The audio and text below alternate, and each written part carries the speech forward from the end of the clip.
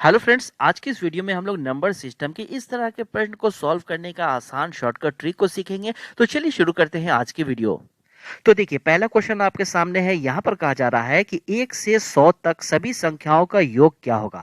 हमें यहाँ पर बताना है 1 से लेकर 100 तक सभी संख्याओं को अगर हम आपस में जोड़ देते हैं तो उसका योग क्या होगा। तो इस तरह के प्रश्न को सॉल्व करने के लिए एक फॉर्मूला होता है। वो फॉर्मूला आप पहले से जानते होंगे, n इंटू एन प्लस 1/2। ये फॉर्मूला आपने पहले से देखा होगा, ठीक है। लेकिन क्वेश्चन को सॉल्व करने के लिए काम हम यही करेंगे, फॉर्मूला वाला, ठीक है। लेकिन फॉर्मूला से हम नहीं चलेंगे, आपको फॉर्मूला याद करने का कोई जरूरत नहीं है। हम डायरेक्ट क्वेश्चन को सॉल्व करेंगे। अब कैसे करेंगे, चलिए देखते हैं। देखिए, क्वेश्चन को सॉल्व करने के लिए आपको पहली संख्या और लास्ट वाली संख्या, ये दो संख्या को पहले देखना होगा। तो पहली संख्या 1 है और लास्ट वाली संख्या 100 है। तो पहली संख्या 1 है तो 1 लिखेंगे, लास्ट वाली संख्या 100 है तो प्लस कर देंगे यहाँ 100 और बाई कर देंगे 2। ठीक है, इतना काम हमें कर लेना है। अब यहाँ पर एक बात सिर्फ आपको समझना है कि इनटू में यहाँ पर कौन सी संख्या हम लिखेंगे। तो इनटू में हम कौन सी संख्या लिखेंगे, इनटू में हमें संख्या ही लिखना है। 1 से 100 तक के बीच में कितनी संख्या होगा, जितना संख्या होगा वो संख्या को हमें यहाँ पर लिखना है। तो 1 से 100 तक लगातार है तो यहाँ पर 100 संख्या होगा, तो 100 यहाँ पर हम लिख देंगे। उसके बाद हमें कर लेना है काट कर सॉल्व। तो ये 100 है, 2 से कट जाएगा, 50 बार में इसे काटेंगे। 1 और 100 को अगर जोड़ देंगे तो यहाँ 101 हो जाएगा। इन दोनों को अगर मल्टीप्लाई करेंगे 101 और 50 को, तो यहाँ आ जाएगा 5050, यानी 5050। ये क्या है, ये हमारा निकला आंसर क्वेश्चन का। उसी तरह से देखिए, दूसरा क्वेश्चन आपके सामने है। यहाँ पर कहा जा रहा है 1 से लेकर 70 तक लगातार संख्या है। यहाँ पर 70 तक का योग क्या होगा, यानी 1 से लेकर 70 तक की संख्याओं को आपस में जोड़े तो आंसर हमें क्या मिलेगा। हम क्या करेंगे, हम पहली संख्या और लास्ट वाली संख्या को देखेंगे। पहली संख्या 1 है और प्लस करेंगे लास्ट वाली संख्या 70 और नीचे करेंगे 2। ठीक है, अब गुने में कौन सी संख्या लिखते हैं, हम संख्या ही गुने में लिखते हैं। तो 1 से लेकर 70 तक के बीच में कितनी संख्या होगा, 70 ही होगा, तो यहाँ लिख देंगे 70।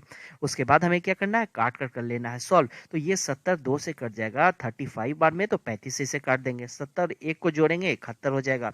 अब 71 और 35 इन दोनों को करेंगे हम मल्टीप्लाई। अगर मल्टीप्लाई करेंगे तो हमें क्या मिलेगा, 2485, 2485 ये मिलेगा हमें। ये हो जाएगा क्वेश्चन का आंसर। तो अब देखिए, नेक्स्ट क्वेश्चन आपके सामने है। यहाँ पर कहा जा रहा है कि 60 तक सभी सम संख्याओं का योग क्या होगा। क्वेश्चन में देखें, अब आप बात आ गया है सम संख्याओं का, ठीक है। सिर्फ सम संख्या का यहाँ बात हो रहा है। तो सम संख्या का शुरुआत कहाँ से होता है, स्टार्टिंग कहाँ से होगा, तो 2 से हो जाएगा। 2 क्या है, ये पहला सम संख्या है। तो 2, उसके बाद हो जाएगा 4, उसके बाद हो जाएगा 6, उसके बाद होगा 8। इस तरह से संख्या कहाँ तक जाएगा, 60 तक जाना है हमें। तो यहाँ लिख देंगे हम 60। कह रहा है कि इन सभी संख्याओं का योग क्या होगा।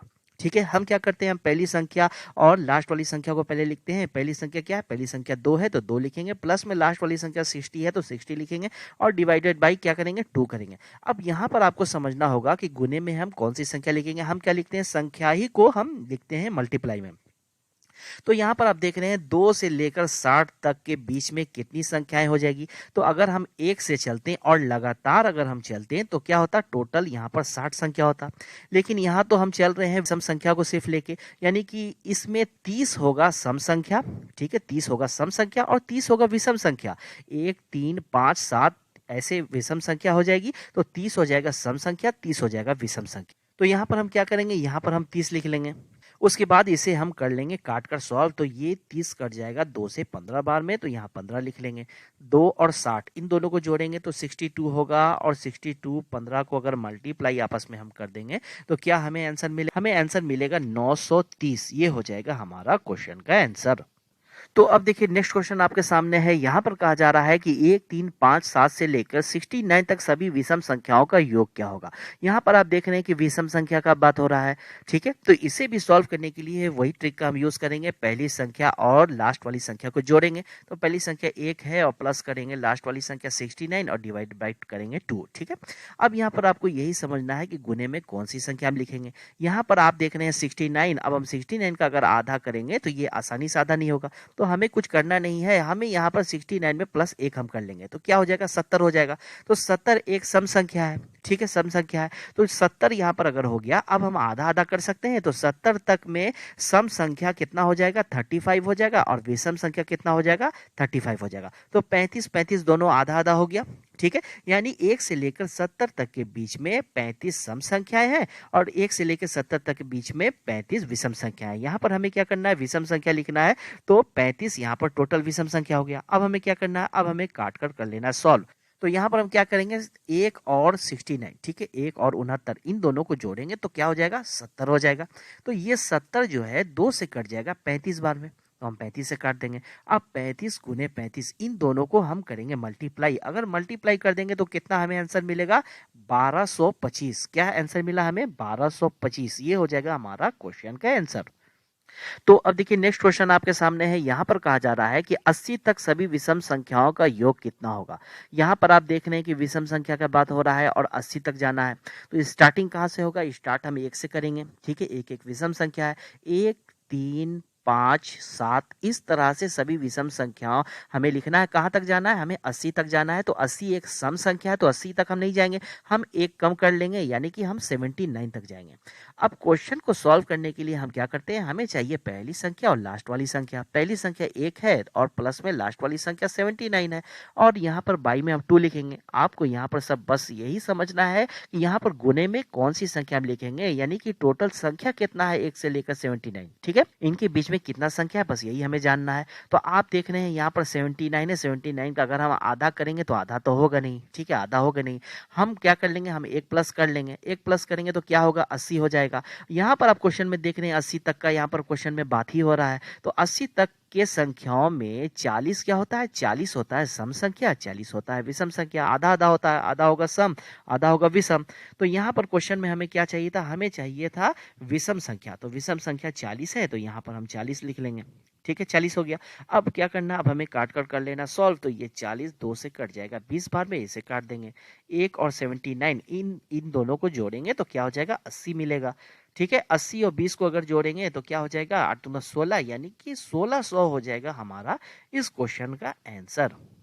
तो अब देखिए नेक्स्ट क्वेश्चन आपके सामने है। यहाँ पर कहा जा रहा है 21 22 23 24, यानी कि 21 से लेकर 75 तक का योग क्या होगा।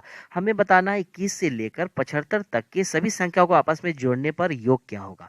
तो इसे भी सॉल्व करने के लिए वही हम काम करेंगे, पहली संख्या और लास्ट वाली संख्या दोनों को जोड़ेंगे। पहली संख्या है 21 और लास्ट वाली संख्या है 75, इन दोनों को जोड़ेंगे और नीचे में लिखेंगे 2। यहाँ पर बस एक ही बात आपको समझना होगा कि गुने में हम कौन सी संख्या लिखेंगे। हम क्या करते हैं, हम संख्या लिखते हैं, यानी कि 21 से लेकर 75 तक के बीच में कितनी संख्याएं होंगी वो संख्या को हम यहाँ पे लिखेंगे। तो इसे हम कैसे काउंट करते हैं, देखिए यहाँ पर अगर हम ले लें 1 से लेकर 75 तक, 1 से लेकर 75 तक ले लेंगे हम, क्योंकि यहाँ भी लगातार संख्या, इससे लेकर 75 तक लगातार संख्याएं हैं। तो 1 से लेकर 75 तक अगर लगातार संख्याएं होती तो टोटल कितना संख्या होता, टोटल 75 संख्या यहाँ पर हो जाता। उसके बाद आप क्वेश्चन में देख रहे हैं कि शुरुआत यहाँ कहाँ से हो रहा है, 21 से हो रहा है, ठीक है। तो 1 से लेकर 20 तक की संख्या, ठीक है, 1 से लेकर 20 तक कितना संख्या होता, 20 संख्या होता। तो हम यहाँ पर 1 से 75 तक टोटल संख्या में से 20 संख्या को अगर हम घटा लेंगे तो हमें क्या मिलेगा, 21 और 75 के बीच में कितना संख्या वो हमें मिल जाएगा। तो 75 में से 20 जाएगा तो 55 हो जाएगा, यानी 21 से लेकर 75 तक के बीच में टोटल 55 संख्या है। तो यहाँ पर हम लिख देंगे 55, उसके बाद हमें काट कर लेना है सॉल्व। तो यहाँ पर 21 और 75 को हम जोड़ेंगे तो क्या हो जाएगा, 96 हो जाएगा। तो ये 96, ये जो 96 आया है, इसे हम 2 से काटेंगे तो किससे कट जाएगा, ये 48 से कट जाएगा, 48 से। अब 48 और 55, तो 48 और 55, इन दोनों को हम करेंगे आपस में गुना। जब गुना करेंगे तो हमें आंसर क्या मिलेगा, हमें आंसर मिलेगा 2640। ये क्या हो जाएगा, ये हो जाएगा क्वेश्चन का आंसर। तो अब देखिए क्वेश्चन नंबर 7 में कहा जा रहा है कि 3 के प्रथम 20 गुंजों का योग क्या होगा। तो यहाँ पर क्वेश्चन में कहने का क्या मतलब है, कहने का ये मतलब है कि 3 into 1, ठीक है, उसके बाद होगा 3 into 2, उसके बाद 3 into 3, इस तरह से कहाँ तक जाना है, 20 तक जाना है। तो 3 into 20 यहाँ तक जाना है, ठीक है। जैसे 3 में 1 से गुना करेंगे तो 3 होगा, 3 में 2 से गुना करेंगे तो 6 हो जाएगा, 3 में 3 से गुना करेंगे तो 9 हो जाएगा। इस तरह से हम कहाँ तक गए हैं, 20 तक हम गए हैं। 3 को 20 से अगर गुना करेंगे तो हो जाएगा 60। वैसे ही क्वेश्चन को हम सॉल्व करेंगे, पहली संख्या में मिल गया है, लास्ट वाली संख्या भी मिल गया है। तो यहाँ पर 3 प्लस करेंगे 60 और डिवाइडेड बाई 2 लिखेंगे। यहाँ पर आपको सिर्फ यही समझना है कि कौन सी संख्या यहाँ मल्टीप्लाई में हम लिखेंगे। यहाँ पर हम संख्या लिखते हैं तो आप देख रहे हैं क्वेश्चन में है कि 3 के प्रथम 20, हम 20 तक गए हैं, तो ये टोटल यहाँ पर 20 संख्या हो गया, ठीक है। इसी 20 संख्या को हम क्या लिखेंगे, यहाँ 20 लिख देंगे। उसके बाद इसे करना है काट कर सॉल्व। तो ये 20 जो है 2 से कट जाएगा, 10 बार में इसे काटेंगे। 3 और 60 इन दोनों को जोड़ेंगे तो 63 होगा। इन दोनों को मल्टीप्लाई करेंगे तो क्या हो जाएगा, 630। ये हो जाएगा हमारा क्वेश्चन का आंसर। तो अब देखिए नेक्स्ट क्वेश्चन आपके सामने है। यहाँ पर कहा जा रहा है कि 36, 42, 48, 54 से लेकर 96 तक का योग क्या होगा। तो चलिए इसे भी हम सॉल्व करते हैं। हम वैसे ही क्वेश्चन को सॉल्व करेंगे जैसे अब तक सॉल्व करते हैं। पहली संख्या और आखिरी संख्या को हम जोड़ते हैं तो यहाँ पर पहली संख्या 36, लास्ट संख्या क्या है 96 और डिवाइड में हम 2 लिखते हैं, ठीक है। और गुने में यहाँ पर कौन सी संख्या आएगी, बस यही हमें यहाँ पर समझना होगा। तो यहाँ पर अगर क्वेश्चन को आप देखेंगे, सभी के बीच का डिफरेंस को अगर चेक करेंगे तो यहाँ पर 6 का डिफरेंस आ रहा है, ठीक है। 6 का डिफरेंस आ रहा है, यानी कि ये सभी संख्याएं 6 का गुणनफल है, ठीक है। तो 36 6 के कितने के गुणनफल में आता है, 6 में अगर हम 6 से गुना कर देंगे तब 36 आएगा। 6 में अगर हम 7 से गुना करेंगे तो 42 होगा। 6 में अगर 8 से गुना करेंगे 48 होगा।